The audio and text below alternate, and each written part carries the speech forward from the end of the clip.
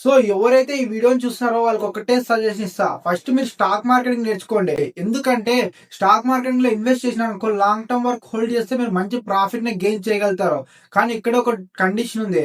మీరు కంపెనీని ఎంత మంచిగా చూస్ చేసుకుంటే అంత ప్రాఫిట్ వస్తుంది. లాంగ్ టర్మ్ వరకు హోల్డ్ చేసి పేషెన్స్ తో ఉంటేనే మీరు స్టాక్ మార్కెటింగ్ లో మంచి ప్రాఫిట్ ని గెయిన్ చేయగలుగుతారు. అలాగే మీరు స్టాక్ మార్కెటింగ్ లో ఎంటర్ అయ్యి ట్రేడింగ్ జోలికి వెళ్ళారనుకో మీరు కంపల్సరీ లాస్ అవుతారు. ఎందుకంటే ట్రేడింగ్ మీద చాలా మంది డిపెండ్ అయినారు. ఎవరైతే బిగినర్స్ ట్రేడింగ్ దాంట్లోకి వెళ్ళారనుకో వాళ్ళనే చూస్ చేసుకొని వాళ్ళతో లాస్ చేసుకొని బయటకు వస్తారు. చాలా మంది ఇలా ట్రేడింగ్ లో వెళ్ళి చాలా లాస్ అయ్యి బయటకు వచ్చారు. కాబట్టి నేను ఒకటే సజెషన్ ఇస్తాను, ఇన్వెస్ట్ చేయడం నేర్చుకోండి. ఇన్వెస్ట్ చేసి లాంగ్ టర్మ్ వరకు హోల్డ్ చేశారంటే మీరు మంచి ప్రాఫిట్ ని గెయిన్ చేయగలుగుతారు. అండ్ సెకండ్ వన్ వచ్చి రిచ్ పర్సన్స్ ఇంకా ఇంకా రిచ్ గా ఎందుకు మారుతున్నారు తెలుసా? దానికి ఒకటే కారణం, వాళ్ళకి వచ్చిన అమౌంట్ ని 15% ఇన్వెస్ట్ మీద చేస్తున్నారు. అంటే ఈ స్టాక్ మార్కెటింగ్ లోకి ఎంటర్ అవుతున్నారు. అంటే ఏదైనా మంచి కంపెనీ చూస్ చేసుకొని దాన్ని అనలైజ్ చేసి దాని సెబీ ఎలా ఉంది, దీన్ని ఇన్వెస్ట్ చేస్తే మాకు లాంగ్ టర్మ్ లో మంచి ప్రాఫిట్ వస్తుందా అని వాళ్ళంతా అనలైజ్ చేసుకొని దాన్ని చూస్ చేసుకొని ఆ కంపెనీలో ఇన్వెస్ట్ చేస్తున్నారు.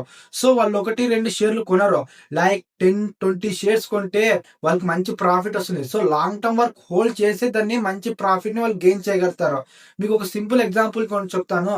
మీరు ఒక షేర్ కొన్నారు, ఒక షేర్ వచ్చి 50 రూపీస్ ఉంది అనుకో, ఆ 50 రూపీస్ ఆ షేర్ వాల్యూ వచ్చి 100 రూపీస్కి వెళ్ళింది.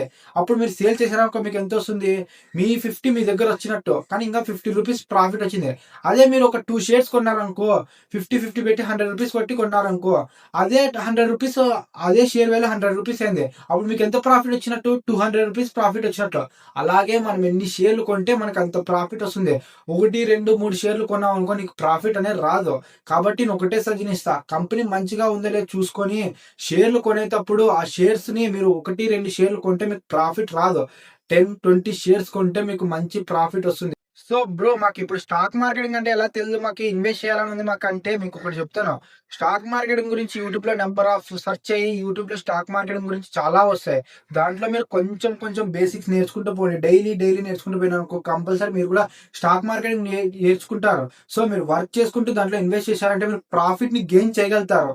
కాబట్టి నేను ఒకటే సజెషన్ ఇస్తా, ఇప్పుడు మీరున్న టైం వేస్ట్ చేయకుండా స్టాక్ మార్కెటింగ్ లో ఇట్లా ఇన్వెస్ట్ చేయాలి, కంపెనీని అనలైజ్ చేసేది మీరు నేర్చుకున్నాను అనుకో ఆటోమేటిక్ గా మీకు స్టాక్ మార్కెటింగ్ గురించి నేర్చుకుంటారు.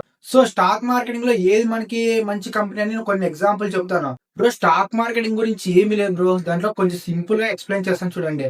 మీరు మార్నింగ్ నుంచి ఈవినింగ్ వరకు ఏదైతే మీరు బయట నుంచి తెచ్చుకుంటారో సరుకులు, ఫస్ట్ ఆఫ్ ఆల్ వచ్చి మార్నింగ్ లేస్తే మనకి ఏం కావాలా? టూత్ పేస్ట్ కావాలా, బ్రష్ కావాలా, మిల్క్ కావాలి, అండ్ డైరీ మిల్క్ కావాలి, పెట్రోల్ కావాలి, బ్యాంక్ వెళ్తే మనీ కావాలి, అండ్ సిల్వర్ కావాలి, మనకి ఏదైనా ఇల్లు కట్టించుకోవడానికి, ఆటో కొనడానికి కాపర్ కావాలి. ఇవే బ్రో స్టాక్ మార్కెటింగ్ అంటే. అంటే ప్రోడక్ట్ సేల్ అవుతున్నాయంటే అది స్టాక్ మార్కెటింగ్ అని అంటాం. అదే స్టాక్ మార్కెటింగ్. ఏమి లేదు స్టాక్ మార్కెటింగ్ గురించి. మీరు స్టాక్ మార్కెటింగ్ గురించి నేర్చుకున్నారు అనుకో మీరు మంచి ప్రాఫిట్ ని గెయిన్ చేయగలుగుతారు.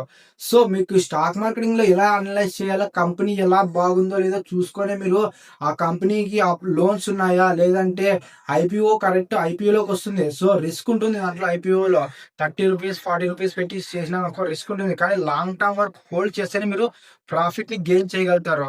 సో స్టాక్ మార్కెటింగ్ గురించి ఏమీ లేదు, మీరు తెలుసుకున్నారు అనుకో బాగా ఈజీగా గెయిన్ చేయగలుగుతారు. బ్రో బిగినర్స్ కి ఒకటే చెప్తాను బ్రో, ఇప్పుడు మీరు టైం వేస్ట్ చేయకుండా అట్లా స్టాక్ మార్కెట్ గురించి ఎలా ఇన్వెస్ట్ చేయాలని దాని గురించి నేర్చుకోండి.